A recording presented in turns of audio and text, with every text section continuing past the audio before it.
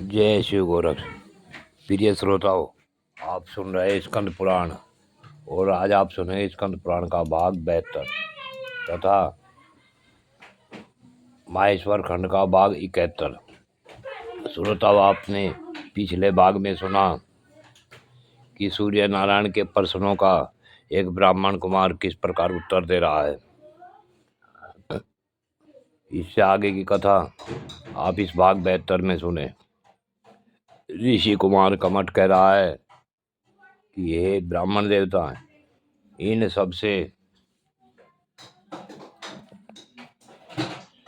बना हुआ यह शरीर पुण्य के लिए प्राप्त हुआ है। उत्तम उत्तम भोजनों से पुष्ट किए हुए शरीर के द्वारा पुण्य संपादन के सिवा और क्या लाभ है। यदि यह पुण्य नहीं करता तो वह पशु से भी गिर जाता है। इस विषय में जो स्मरण करने योग्य वाक्य है वह इस प्रकार है कि जिस समय जिस देश में और जिस आयु से शुभ तथा अशुभ कर्म किए जाते हैं, उसी देश, काल और आयु में कर्ता को उनका फल भोगना पड़ता है। इसलिए अक्षय सुख की इच्छा रखने वाले पुरुषों को सदा शुभ कर्म ही करना चाहिए, अन्यथा गर्मी में सूख जाने वाली छोटी छोटी नदियों की भांति समस्त सुख भोग छिन्न भिन्न हो जाते हैं, क्योंकि पाप से बहुत तीव्र दुख प्राप्त होते हैं। अतः पाप कर्म का आचरण कदापि नहीं करना चाहिए, क्योंकि वह अपने को पीड़ा देने वाला है। अब कुमार बोला कि ये ब्राह्मण देवता, इस प्रकार मैंने आपके प्रश्न का यथाशक्ति उत्तर दे दिया। प्राणी किस प्रकार उत्पन्न होता है यह मैंने बात बता दी। अब किस प्रकार उसकी मृत्यु होती है यह भी सुनिए। कर्म के अनुसार आयु क्षीण होने पर जब मनुष्यों का मृत्यु काल उपस्थित होता है, उस समय अपने कर्मों के अधीन रहने वाले जीव को यमराज के दूत शरीर से बाहर खींचते हैं। तब पुण्य और पाप के बंधन में बंधा हुआ जीव पंच तन्मात्राओं को तथा मन, बुद्धि और अहंकार को साथ लेकर शरीर को त्याग देता है। पुण्य आत्मा पुरुषों के प्राण मुखमंडल में स्थित 7 छिद्रों के द्वारा बाहर निकलते हैं। पापियों के प्राण गुदा मार्ग से बाहर होते हैं और योगी पुरुषों के प्राण ब्रह्मरंध्र फोड़कर ऊर्ध्वलोक में गमन करते हैं। मृत्यु होने पर जीव उसी क्षण में अतिवाहिक शरीर धारण करता है। वह अंगूठे की पोर के बराबर होता है। उस शरीर का निर्माण अपने ही प्राणों से किया जाता है।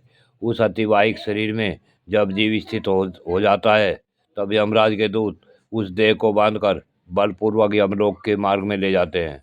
वह मार्ग तपे हुए भाड़ के समान गरम किए हुए लोहे के गोले के सदृश तपी हुई बालू वाले स्थान की भांति तथा जलते हुए ताम्रपत्र के समान होता है।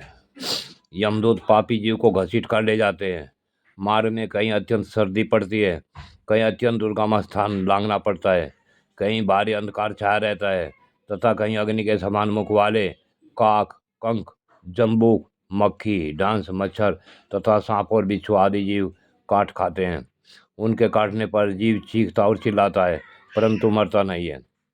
कहीं कहीं भयंकर राक्षस उसे खाते, घसीटते और इधर उधर फेंकते हैं। कहीं तपी हुई बालू वाले अत्यंत भयंकर मार्ग से जलता हुआ पापी जीव ले जाया जाता है। यमपुरी के उस अत्यंत दुस्तर मार्ग को वह केवल 10 मुहूर्त में पार करता है, परंतु उतना ही समय वह 1 वर्ष के बराबर बड़ा भारी समझता है। उस मार्ग में पापी जीव को पीव और रक्त की धारा बहाने वाली भयंकर वैतरणी नदी पार करनी पड़ती है। पापात्मा जीव काल और अंतक आदि से घिरे हुए यमराज को बड़े भयंकर रूप में देखता है तथा पुण्यात्मा पुरुष यमराज का परम शांत सोम रूप में दर्शन पाता है। मनुष्य यमलोक में जाते हैं, दूसरे प्राणी नहीं। अन्य प्राणियों की मृत्यु होने पर शीघ्र ही वे किसी न किसी अन्य योनि में भेज दिए जाते हैं। केवल मनुष्य प्रेत होते ही सुने जाते हैं, अन्य प्राणी नहीं। धर्मात्मा पुरुष यमलोक में जाने पर वहाँ पूजित होता है और पापी जीव बंधन में डाला जाता है। हे विप्रवर, धर्मात्मा पुरुष जिस प्रकार परलोक में जाते हैं उस मार्ग का वर्णन सुनो। जो इस लोक में बगीचा और वृक्ष का दान करते हैं, ये फल और फूल वाले वृक्षों की छाया में होकर सुखपूर्वक यात्रा करते हैं। इसी प्रकार जो छत्रदान करने वाले मनुष्य है, वे भी छाया में ही सुख में से जाते हैं। उपान है यानी जूता आदि दान करने वाले सवारी से यात्रा करते हैं। कुआं और पोखरा खुदाने वाले प्यास की पीड़ा से रहित होकर जाते हैं। सवारी सैया और आसन देने वाले लोग विमानों पर बैठकर जाते हैं। जो लोग भोजन दान करने वाले हैं, वे लोग बख्श बोझ से भली भांति तृप्त होकर यात्रा करते हैं। दीपदान करने वाले उजाले में जाते हैं। गोदान करने वाले वैतरणी नदी को सुख से पार करते हैं। जो जन्म से ही लेकर जीवन भर भगवान सूर्य, भगवान शिव, भगवान विष्णु तथा ब्रह्मदेव की पूजा करते हैं, वे यमदूतों से पूजित होकर भगवान के धाम में जाते हैं।